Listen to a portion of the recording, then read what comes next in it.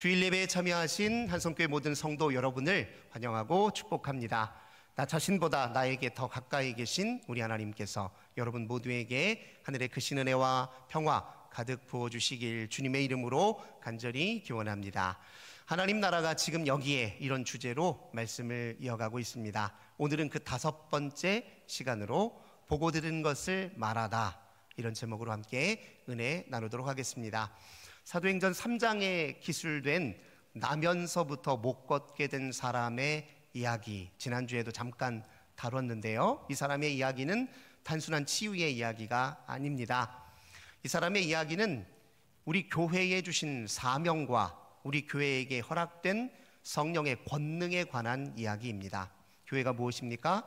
하나님 나라 백성으로 부름받은 바로 오늘 우리들 자신이지요. 우리들에게 주어진 사명, 우리들에게 주어진 주의 능력에 관한 이야기가 나면서부터 못 걷게 된 사람의 이야기 속에 잘 담겨 있습니다. 베드로와 요한이 하나님께 기도하려고 성전을 향해 걷고 있던 중 미문이라는 성전 문 앞에서 앉아서 구걸하고 있던 사람을 보았습니다. 그런데 이 베드로와 요한이 그를 볼 때 보다라고 하는 그 표현을 우리가 주목할 필요가 있습니다. 사도행전 3장 4절 말씀에 보면 베드로와 요한이 그를 어떻게 봤냐면 주목하여 봅니다. 주목하여 보다. 사전적으로 정의를 내리자면 관심을 갖고 주의 깊게 살펴보다, 이런 뜻이에요. 주목하여 보다, 관심을 갖고 주의 깊게 살펴보다. 관심을 갖고 주의 깊게 살펴보는 일, 흔한 일 아닙니다. 그런데 오늘 베드로와 요한은 왜 이 나면서부터 못 보게 된 사람을 주의 깊게 관심을 가지고 보게 되었을까요? 목사님 불쌍하니까 그렇게 봤겠죠. 근데 그저 불쌍한 마음 때문에 그렇게 본 게 아닙니다. 그 이상의 뭔가가 있습니다. 한번 생각해 보세요. 우리도 도시 생활 속에서 이제 때로 거리에서 구걸하던 분들, 그런 분들을 간혹 보잖아요. 볼 때 이렇게 안 됐다 하는 마음이 들지만 슬쩍 보고 지나치지, 누가 베드로와 요한처럼 그 앞에 서서 말을 걸고 적극적으로 관계를 맺는 경우가 얼마나 있습니까? 그러니 그저 불쌍하게 여기는 마음 정도로 해명되는 이야기가 아니에요.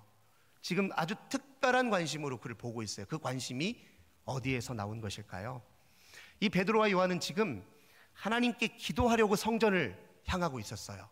즉 하나님께 대한 관심에 붙들려 있는 상태입니다.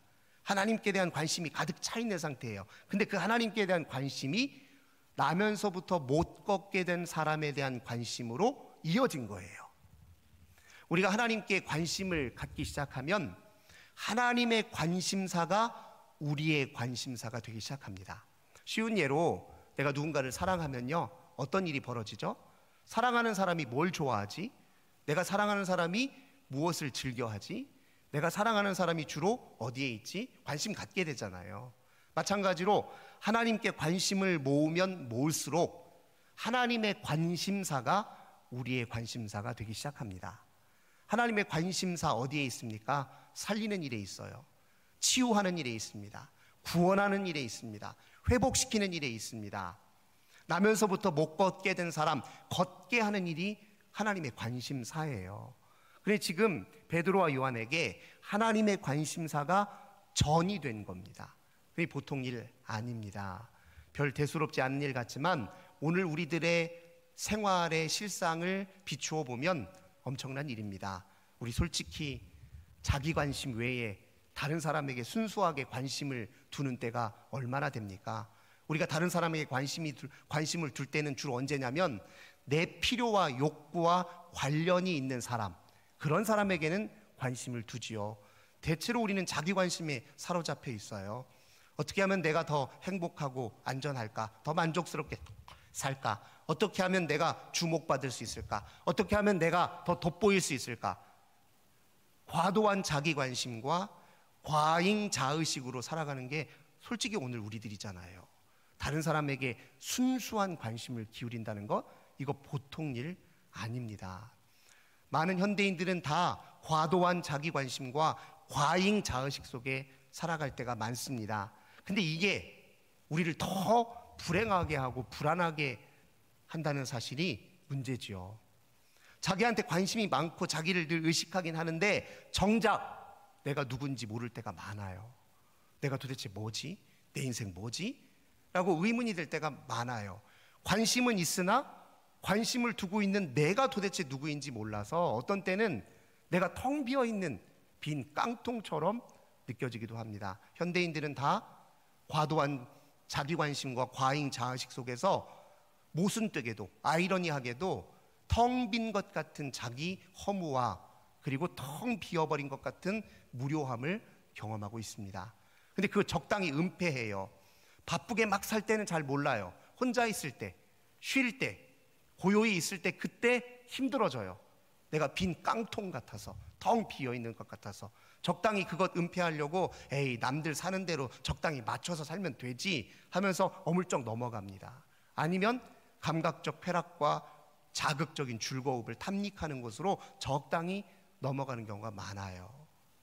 현대인들이나 오늘 나면서부터 못 걷게 된 사람이나 별반 다른 것 같지는 않습니다. 내가 누구인지 모르고 어디를 향해 살아야 되는지 모르고 갈 바를 모르고 살 바를 모르고 방황하면 주저앉아 있는 나면서부터 못 걷게 된 사람과 뭐가 그렇게 다릅니까? 현대인들도 이 텅 빈 가슴, 텅 빈 마음, 에이 은이나 금으로 채우면 그만이지 할 때가 얼마나 많냐고요. 은과 금으로 자기 인생 채우려고 드는 거 보면 나면서부터 못 걷게 된 사람과 별로 다른 것 같지 않습니다. 이 상황에서 다른 사람, 분명하게 다른 사람이 있긴 해요. 베드로와 요한이에요. 베드로와 요한은 은과 금에 관심이 없어요. 이는 자기 관심에 붙들려 있지 않습니다. 하나님의 관심사를 자기 관심사로 삼았어요. 은과 금도 없으면서 왜 이렇게 당당합니까? 왜 이렇게 자신감이 넘칩니까? 알고 보니 성령이 충만해 있어요. 성령이 충만해 있으니 자기 관심, 자기 의식이 필요 없어요. 사람이 몸이 건강하고 컨디션이 좋잖아요. 그런데도 불구하고 자기 몸을 염려하는 사람이 얼마나 있습니까? 몸이 건강하고 활력이 도르면 자기 몸 염려하기보다는 그냥 가치 있고 의미 있는 일에 집중하게 되어 있어요. 베드로와 요한은 자기 관심에 사로잡혀 있지 않습니다. 성령으로 충만하고 자신감으로 충만해서 하나님의 관심사를 자기 관심사로 삼아서 지금 나면서부터 못 걷게 된 사람에게 순수한 열정을 지금 드리고 있습니다. 그러니까 베드로와 요한은 정말 다르죠. 요한은 얼마나 대비됩니까? 나면서부터 못 걷게 된 사람. 하나님이 제일 필요한 사람이 자기인데 하나님을 목전에 두고 하나님께 등지고 있어요.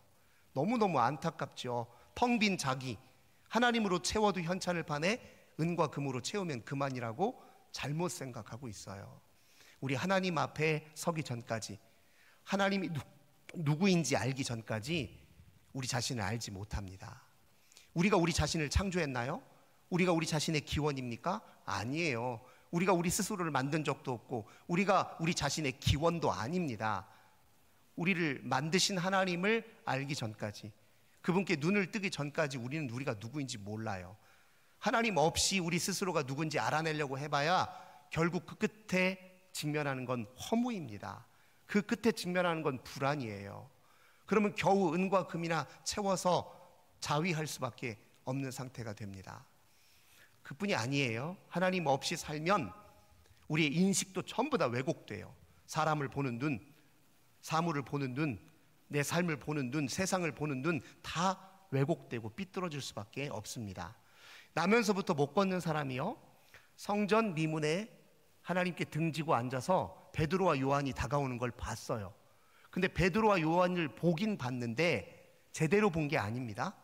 3장 5절을 보면 무엇을 얻을까 바라보거늘, 이런 표현이 있어요. 다른 말로 하자면 베드로와 요한을 보는 것 같은데 실은 베드로와 요한의 주머니 속에 있는 은과 금을 보고 있어요. 야, 저 사람 참 팔자 좋다. 어떻게 하면 저 사람의 주머니에 있는 은과 금을 얻어낼 수 있을까? 그 마음으로 베드로와 요한을 보고 있어요. 우리가 다른 사람을 본다고 그 사람 실상과 그 사람의 있는 그대로를 제대로 보느냐? 그러지 못할 때가 많습니다. 허상을 볼 때가 많아요. 예를 들면 출신, 배경, 외모, 이거 사실 본질은 아니잖아요. 근데 그거 보는 경우가 너무 많아요. 근데 그것만 보면 또 양반입니다. 어떤 경우에는 저 사람 나를 어떻게 대하는지를 봐요. 저 사람이 누구인지를 보는 게 아니라 저 사람이 지금 나를 어떻게 대하는지를 본다니까요. 저 사람이 나한테 무슨 도움이 되는지를 본다니까요. 저 사람 믿을 만한 사람인지 가까이 둘 만한 사람인지 아닌지를 본단 말이죠. 지극히 자기 중심적으로. 그럼 그 사람 제대로 보는 겁니까? 그 사람의 실상을 보는 거냐고요? 아니잖아요. 그 사람의 실상을 보려면 그의 중심이 관심하는 바가 무엇이고, 그의 중심으로 선택하는 것이 무엇이고, 그가 중심으로부터 지향하는 것이 무엇이고, 그가 중심으로부터 가치 있게 여기는 게 무엇이고, 갈망하는 것이 무엇이고, 그의 내면의 토대가 무엇이고, 그의 품성이 무엇인지를 봐야 되잖아요. 근데 그걸 안 보고 엉뚱한 것만 본단 말이에요. 지금 나면서부터 못 걷던 이가 도대체 뭘 보는 거예요? 베드로와 요한을 보는 게 아니라 베드로와 요한의 주머니에 은과 금만 보고 있어요. 가상의 인물을 보고 있는 겁니다. 그래서 베드로와 요한이 나면서부터 못 걷게 된 사람 앞에 서서 제일 첫 번째로 한 말이 무엇인 줄 아십니까? 사도행전 3장 4절을 보니까 첫 마디가 이거예요. 우리를 보라. 우리를 보래요. 무슨 뜻입니까? 우리를 보려면 제대로 좀 보세요. 이런 뜻이에요. 우리가 지금 어디로 가고 있습니까? 우리가 지금 어디를 향해 있습니까? 우리 지금 하나님을 향해 있습니다. 내가 지금 걷고 뛰고 신명나게 사는 삶의 이유가 어디에 있는지 아십니까? 내가 은과 금은 없지만 내가 진짜 갖고 있는 보화가 무엇인지 아십니까? 내 삶의 영원한 토대가 무엇인지 아십니까? 그 뜻이잖아요. 보려면 제대로 보라, 그런 뜻이에요. 나를 흘겨보지 말고 가상의 인물처럼 대하지 말고 내가 가지고 있는 진짜 보화를 보십시오 하면서 덧붙여 한 말이, 은과 금은 내게 없지만 내게 있는 것을 당신에게 주노니 나사렛 예수 그리스도의 이름으로 걸으십시오. 이렇게 말을 했던 것입니다. 여기에서 베드로와 요한, 그리고 나면서부터 못 걷는 사람의 결정적인 차이가 드러나요. 베드로와 요한은 실상을 제대로 보는 사람이고, 나면서부터 못 걷게 된 사람은 허상만 보고 사는 사람입니다. 베드로와 요한은 뭐에 눈을 떴냐면, 알고 보니까 예수 그리스도를 통해서 하나님이 지금 구원과 회복과 치유의 역사를 시작하셨어요. 예수 그리스도의 하나님 나라가 이 땅에 왔어요. 예수 그리스도를 통해서 하나님 나라가 지금 이루어지고 있어요.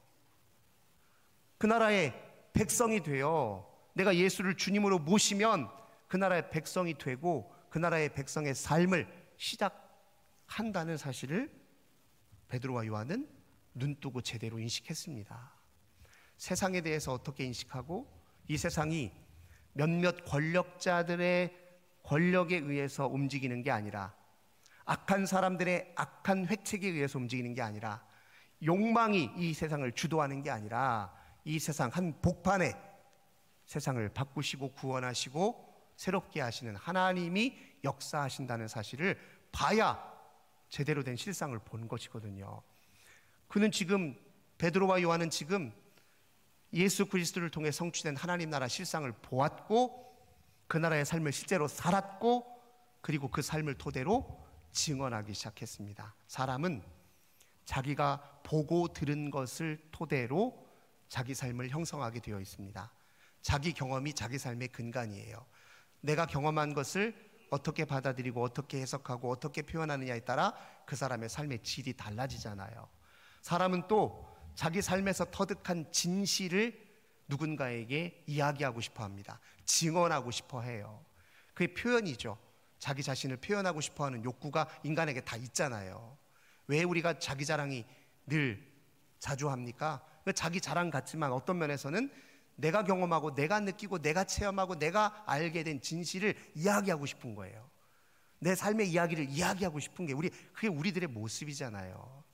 베드로와 요한은 하나님 나라 실상을 보았고 그 삶을 살았고 그걸 증언했습니다. 이게 베드로와 요한이에요. 근데 나면서부터 못 걷는 이 사람은 허상만 보고 살았어요. 이 사람은 돈과 은과 금으로만 채워진 세상이 전부라 그렇게 믿고 살았어요. 그리고 이 사람은 주변 사람들이 자기한테 하는 그 거짓말만 듣고 살았어요. 나면서부터 못 걷게 된 사람을 성전 문 앞에까지 데려다 준 사람들이 있습니다. 그 사람들이 평소에 이 장애인에게 뭐라고 말을 했을까요? 그래도 당신 구걸은 할 수 있습니다. 구걸하면 먹고 사는 길은 할 수 있습니다. 구걸이라도 하면 먹고 사는 데는 문제 없습니다. 아마 이 정도로 위로하고 이 정도로 이야기하는 걸로 그쳤을 것입니다. 겨우 그 정도요? 그게 진실입니까? 그게 그 사람에게 할 소리의 전부입니까? 그게 그 사람에게 진짜 희망적인 메시지 맞습니까? 우리요 생활하다 보면 가깝다는 이유로, 자주 만난다는 이유로, 나를 조금 위한다는 이유로 우리한테 이런저런 간섭하고 우리 인생에 대해서 이러쿵저러쿵 하는 사람들의 소리들이 있어요. 그것 분별하며 들어야 됩니다. 그 중에 가짜 뉴스가 너무 많아요. 거짓말이 너무 많이 뒤섞여 있어요. 편견이 너무 뒤섞여 있습니다. 우리가 살고 있는 이 시대에 얼마나 미디어가 발달되어 있습니까? 하루에도 수많은 정보들이 쏟아져 나오고 있어요. 근데 잘 분별해야 돼요. 가짜 뉴스가 너무 많아요. 나면서부터 못 걷게 된 사람은 지금까지 들었던 얘기, 보았던 얘기가 전부 다 가상의 세계, 거짓말이 섞여 있는 세계, 그 세계 속에 허상만 보고 살았단 말이에요. 그러다가 진짜 제대로 된 뉴스를 오늘에서야 듣게 된 거예요. 누구를 통해? 베드로와 요한을 통해. 베드로와 요한을 통해서 진짜 뉴스, 복된 소식, 좋은 소식을 제대로 한번 들었어요. 복음의 소식을 제대로 들었습니다. 그래서 그 소리를 듣고 그 소리에 반응하고 그 소리를 통해 하나님 나라의 눈을 뜨고 나니 그가 발에 발목에 힘이 들어가기 시작했고 걷기도 하고 뛰기도 하고 하나님을 찬송하게 되는 역사가 일어났습니다. 베드로와 요한처럼 하나님 나라의 실상을 증언하는 증언자로 서게 되었습니다. 그동안 가짜 뉴스만 듣다 진짜 뉴스를 듣고 나니 이런 일이 벌어진 것이죠. 우리도 그래서 우리가 듣고 있는 수많은 소식들, 듣고 보는 모든 것들의 진위, 진짜 가짜를 잘 판별하는 게 굉장히 중요합니다. 베드로와 요한이 증언한 그 증언은 진실의 소리였어요. 모두가 들어야 될, 모두가 반응해야 될 하나님으로부터 온 참된 소리였습니다. 그 소리가 오늘 우리에게까지 이어진 거예요. 사도들이 전해주는 그 진실의 메시지가 교회로 이어졌고, 그리고 하나님 나라 확장으로, 하나님 나라가 전방위적으로 확산되는 일로 이어졌습니다. 어떤 의미에서 보면 초대교회의 역사는 증언의 역사입니다. 사도들의 증언의 역사, 제자들의 증언의 역사, 또 교회 모든 성도들의 증언의 역사입니다. 사도들이 증언했던 그 메시지를 사도행전은 반복적으로 이야기하는데 핵심적인 내용을 약술해서 요약해서 이야기할 때가 많아요. 대략 이런 내용이에요. 하나님 나라를 위해서 힘쓰다가 십자가에 달려 못 박히신 예수를 우리 하나님께서 다시 살리셨습니다. 그리고 그분을 하늘 보좌 우편에 두셔서 만유의 주와 그리스도가 되게 하셨습니다. 그러므로 우리 회개해서 죄 사함을 받고 성령을 선물로 받아야 됩니다. 그러면 우리도 주의 나라를 여기에서 살 수 있습니다. 메시지가 이래요. 이 단명한 메시지로 자기 인생 전부를 들여 증언하니 그 증언이 능력이 되고 교회가 되고 새로운 삶이 되었던 것입니다. 이런 증언을 거부한 사람도 물론 있었습니다. 대표적인 사람이 사도행전 4장 1절에 기술되어 있는 사람이에요. 사도들이 백성에게 말할 때 제사장들과 성적 맡은 자와 사두개인들이 이르러, 여기서 등장하는 제사장, 성적 맡은 자, 사두개인들, 이 사람들이 당시 유대교의 실권을 장악했던 사람들입니다.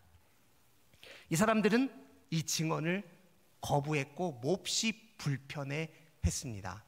사실 나면서부터 못 걷는 사람과 별반 다를 바도 없는 사람들이에요. 이 사람들 하나님 보는 척 엄청 많이 합니다. 하나님을 늘 향하는 척은 잘해요.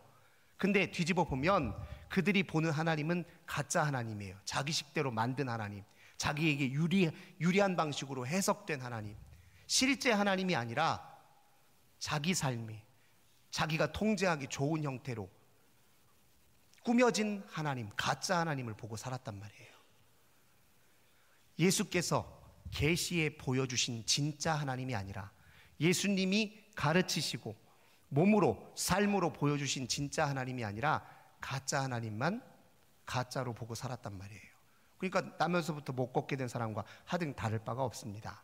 사실 이들이 예수님을 십자가에 못 박기도 했지요. 예수님 위험한 인물이니 가만두면 안 되겠다 싶어 로마 관료들에게 팔아넘겨 죽게 했던 게 바로 그들이었습니다. 그래서 그들이 사도들이 전파했던 증언 중에 매우 거북스러워했던 증언이 있는데 그게 바로 예수님의 부활에 관한 증언입니다.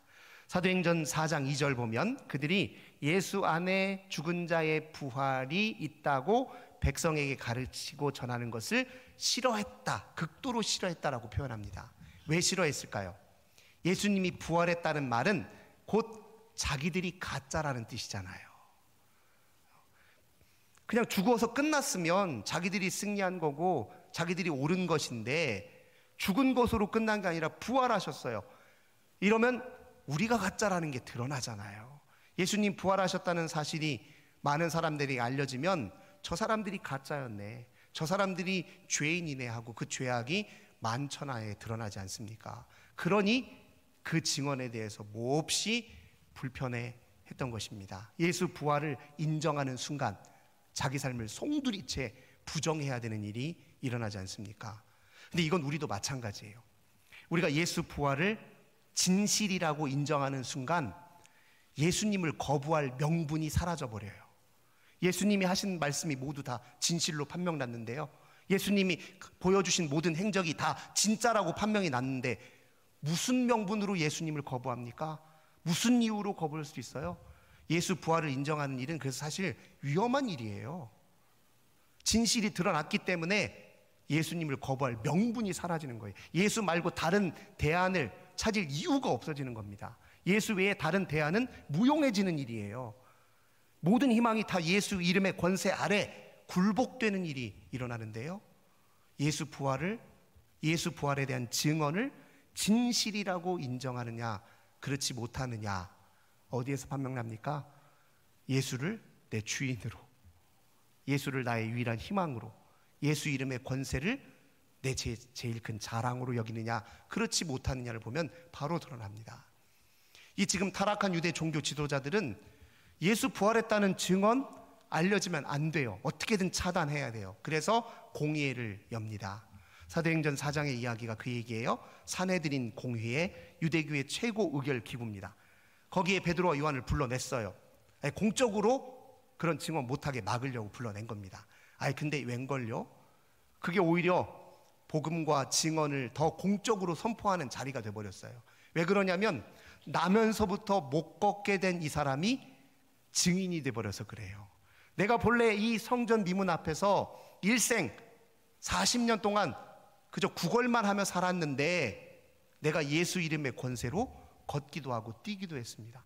이렇게 증언하는데 거기에서 다른 사람들이 어떻게 베드로와 요한을 죄인이라고 취급할 수 있겠습니까? 괜히 공의회 열었다가 손해만 봐서 급하게 공의회를 폐회시켜버리고 별도로 부릅니다. 베드로와 요한을 별도로 불러요. 사도행전 4장 17절 18절 뭐라고 하냐면 당신들 이 얘기 하지 마, 어디에 사고 다니지 마, 예수 부활했다 어쩌다 그런 얘기 하지 마, 가만 안 둘 거야, 경고하고 협박하는 방식으로 만류합니다. 근데 듣습니까? 안 듣죠. 사도행전 4장 19절 20절 우리가 오늘 읽었던 본문이에요. 하나님 앞에서 당신들의 말을 듣는 게 옳습니까? 하나님의 말씀을 듣는 게 옳습니까? 우리가 보고 들은 것 말하지 않을 수 없습니다. 이렇게 얘기해요. 너무너무 당당하잖아요. 근데 한번 생각해 보세요. 베드로가 본래 어떤 사람이었습니까? 예수님 로마의 군인들에게 잡혔을 때 예수님 모른다고 3번 부인한 사람이에요. 도망갔던 사람이에요. 근데 지금은 어떻게 된 거예요? 똑같은 사람 아닙니까? 어떻게 같은 사람이 이렇게 달라질 수 있죠? 그 이유가 무엇입니까? 보고 들은 것 때문에 그래요. 자기가 보고 들은 실상, 예수님에게 나타났던 그 구원의 놀라운 역사를 실제로 봤잖아요. 들었잖아요. 그게 자기 삶에서 검증이 되었잖아요. 자기 삶에서도 그대로 재현이 되었잖아요. 어떻게 부인합니까? 부인할 수 없는 하나님 나라의 진실과 진리의 눈을 뜨면 이런 일이 일어난다니까요. 베드로와 요한은 보고 들은 걸 말하지 않을 수 없습니다. 이렇게 그 앞에 당당히 섰던 것이죠. 그 증언이 오늘 우리들에게 이어져 있습니다. 이 시대의 증언자가 누굽니까? 베드로와 요한이 다시 살아나서 우리 대신해서 복음을 증거할 것입니까? 아니잖아요. 바울이 다시 살아나가지고 우리 대신 하나님 나라 전도 활동하냐고요? 아니잖아요. 이 시대의 증인이 바로 우리입니다. 우리가 증인이에요. 하나님 나라의 실상을 보고 그 나라의 삶을 실제로 살고 그 나라에서 삶에서 경험한 진실을 증언해야 될 사람이 바로 오늘 우리들입니다.